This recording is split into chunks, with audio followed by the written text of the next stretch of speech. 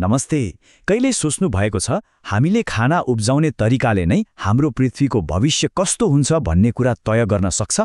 आज हामी कृषि पारिस्थितिकी अर्थात् एग्रो इकोलोजी बारेमा कुरा गर्दैछौँ।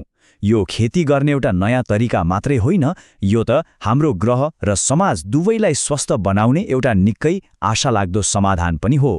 ल, यो रोमाञ्चक विषयमा अलि गहिरिएर हेरौँ न त। आज हामी 5वटा कुरामा केन्द्रित हुनेछौँ। सुरुमा अहिलेको विश्वव्यापी खाद्य सङ्कटबारे कुरा गर्नेछौँ। त्यसपछि यसको विकल्पको रूपमा कृषि पारिस्थितिकी के हो भनेर बुझ्नेछौँ। अनि यो कसरी विज्ञान, अभ्यास र आन्दोलन तीनवटै हो भनेर हेर्नेछौँ।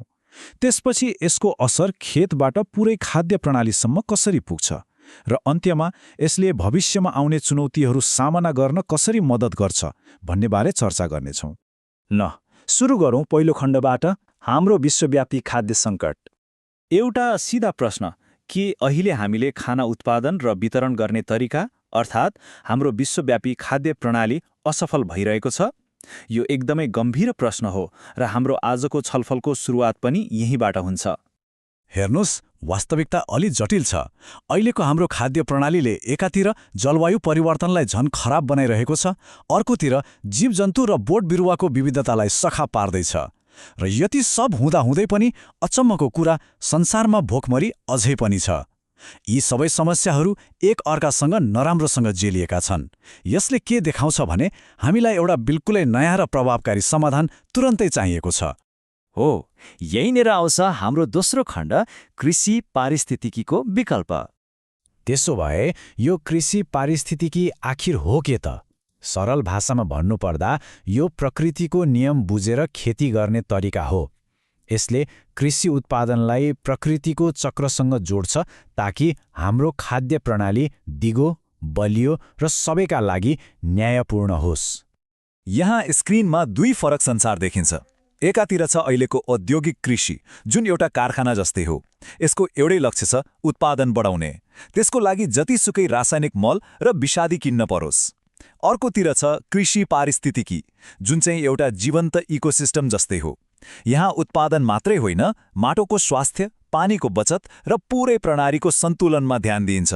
यो बाहिरबाट किनेर ल्याउने कुरामा होइन, आफ्नै फार्मभित्र भएका स्रोतहरूमा निर्भर हुन्छ। अब लागौँ तेस्रो खण्डतिर। यो कसरी एउटै कुरा विज्ञान, अभ्यास र आन्दोलन हो। कृषि पारिस्थितिकीलाई राम्ररी बुझ्न यसको 3वटा पहिचानलाई बुझ्नु एकदमै जरुरी छ। यो एकै समयमा एउटा वैज्ञानिक विषय पनि हो, खेतीपाती गर्ने अभ्यासहरूको एउटा सेट पनि हो र एउटा सामाजिक आन्दोलन पनि हो।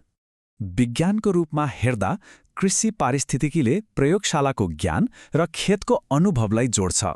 यसले वैज्ञानिकहरूको अनुसन्धानलाई जति महत्त्व दिन्छ, त्यति नै महत्त्व पुर्खाउँदेखि खेती गर्दै आएका किसानहरूको परम्परागत ज्ञानलाई पनि दिन्छ।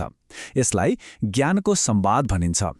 यो कुन बाली धेरै फल्छ भन्ने मात्रै होइन, यो त माटो, पानी, किराफट्याङ्ग्रा र मानिस बीचको गहिरो सम्बन्धलाई बुझ्ने विज्ञान हो। अब अभ्यासको कुरा गरौँ। यसले प्रकृतिबाटै सिक्ने तरिकाहरू अपनाउँछ, जस्तै खेतीसँगै रुखहरू रोप्ने, जसले माटोलाई जोगाउँछ। एउटै खेतमा एकैपटक धेरै थरी बाली लगाउने, जसले गर्दा रोग र किराको जोखिम कम हुन्छ। फार्मकै जैविक पदार्थलाई मलको रूपमा प्रयोग गर्ने, अनि किरा मार्न विषादी होइन, किरा खाने अरू जीवहरूको प्रयोग गर्ने। र तेस्रो, यो एक सामाजिक आन्दोलन हो। यो खाद्य सम्प्रभुता भन्ने अवधारणामा आधारित छ।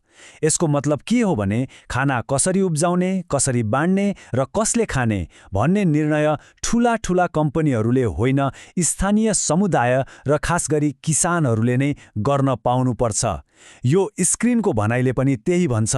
यो मानिसहरूलाई आफ्नो खानामाथिको अधिकार फिर्ता दिलाउने आन्दोलन हो। अब लागौँ चौथो खण्डतिर, खेतबाट खाद्य प्रणालीसम्म। कृषि पारिस्थितिकीको सोचाइ एउटा यात्रा जस्तै हो, जुन समयसँगै फराकिलो हुँदै गएको छ। सुरुमा यसको ध्यान एउटा खेतमा मात्रै थियो, त्यहाँका स्रोतहरूलाई कसरी राम्रोसँग प्रयोग गर्ने। बिस्तारै यसले खेतभन्दा बाहिर हेर्न थाल्यो, खेत, जङ्गल र सिमसारहरूले एकअर्कालाई कसरी सहयोग गर्छन् भनेर। र आज यसले हाम्रो पुरै विश्वव्यापी खाद्य प्रणालीलाई हेर्छ। खाना कसरी उत्पादन हुन्छ, हाम्रो थालसम्म कसरी आइपुग्छ र यसलाई अझ राम्रो र न्यायपूर्ण कसरी बनाउन सकिन्छ भनेर। ल, एउटा सानो फार्मको कल्पना गरौँ न त। यहाँ गाईबस्तुको गोबरले रासायनिक मलको काम गर्छ। मकै र सिमीको बीचबीचमा फलफुलका रुखहरू छन् जसले माटोलाई पनि जोगाउँछ, किसानलाई थप आम्दानी पनि दिन्छ। यहाँ जमिन कहिल्यै खाली राखिँदैन, किनकि जमिन ढाक्ने बालीले झारपात रोक्छ र माटोलाई मलिलो बनाइराख्छ। र सबैभन्दा महत्त्वपूर्ण कुरा, किसानले आफ्नो उत्पादन बिचौलियालाई बेच्दैन, सिधै शहरका उपभोक्ताहरूसम्म पुर्याउँछ। यो हेर्दा सानो देखिए पनि आफ्नैमा पूर्ण एउटा इकोसिस्टम हो। र अब हाम्रो अन्तिम खण्ड, उत्थानशीलताको लागि एक नुस्खा। त्यसो भए यो कृषि पारिस्थितिकीलाई व्यवहारमा कसरी उतार्ने त? यो कुनै हावाको कुरा होइन। संयुक्त राष्ट्र सङ्घको खाद्य तथा कृषि सङ्गठन FAO जस्ता संस्थाहरूले यसका लागि मार्गदर्शन सिद्धान्तहरू नै बनाएका छन्।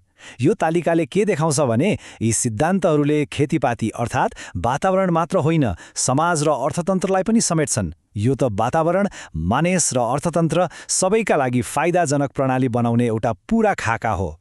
यसको असर कतिसम्म छ भने यसले संयुक्त राष्ट्रसङ्घको दिगो विकास लक्ष्यहरू पूरा गर्न पनि सिधै मद्दत गर्छ। जस्तै यसले पौष्टिक खानाको स्रोत बढाएर शून्य भोकमरीलाई सघाउँछ, बिउ बिजन जोगाउन महिलाको भूमिकालाई सम्मान गरेर लैङ्गिक समानतालाई बढावा दिन्छ र माटोमा कार्बन जम्मा गरेर जलवायु परिवर्तन विरुद्ध लड्न पनि मद्दत गर्छ। त्यसो भए अन्त्यमा कृषि पारिस्थितिकी किन यति महत्त्वपूर्ण छ त? किनभने यसले एउटै ढुङ्गाले धेरै चरा मार्छ। यसले जलवायु परिवर्तनसँग लड्न सक्ने क्षमता बढाउँछ, हाम्रो बिग्रिएको प्रकृतिलाई पुनर्जीवन दिन्छ, सबैका लागि स्वस्थ र पोषिलो खाना सुनिश्चित गर्छ र किसानहरूलाई आर्थिक रूपमा पनि बलियो बनाउँछ। यो केवल खेती गर्ने नयाँ तरिका होइन, यो त हाम्रो ग्रह र समाजसँग मिलेर बाँच्ने एउटा दर्शन हो। जाँदा जाँदै एउटा प्रश्नबारे सोच्न छोडेर जाउँ। के हामीले खोजिरहेको स्वस्थ ग्रहको रहस्य अन्त कतै होइन, हाम्रै खुट्टामुनिको माटोमा पो लुकेको छ कि? कृषि पारिस्थितिकीले हामीलाई सम्झाउँछ कि कहिलेकाहीँ सबैभन्दा ठूला समाधानहरू हाम्रै आँखा अगाडि हुन्छन्, केवल हामीले तिनलाई चिन्न र अँगाल्न मात्र बाँकी हुन्छ।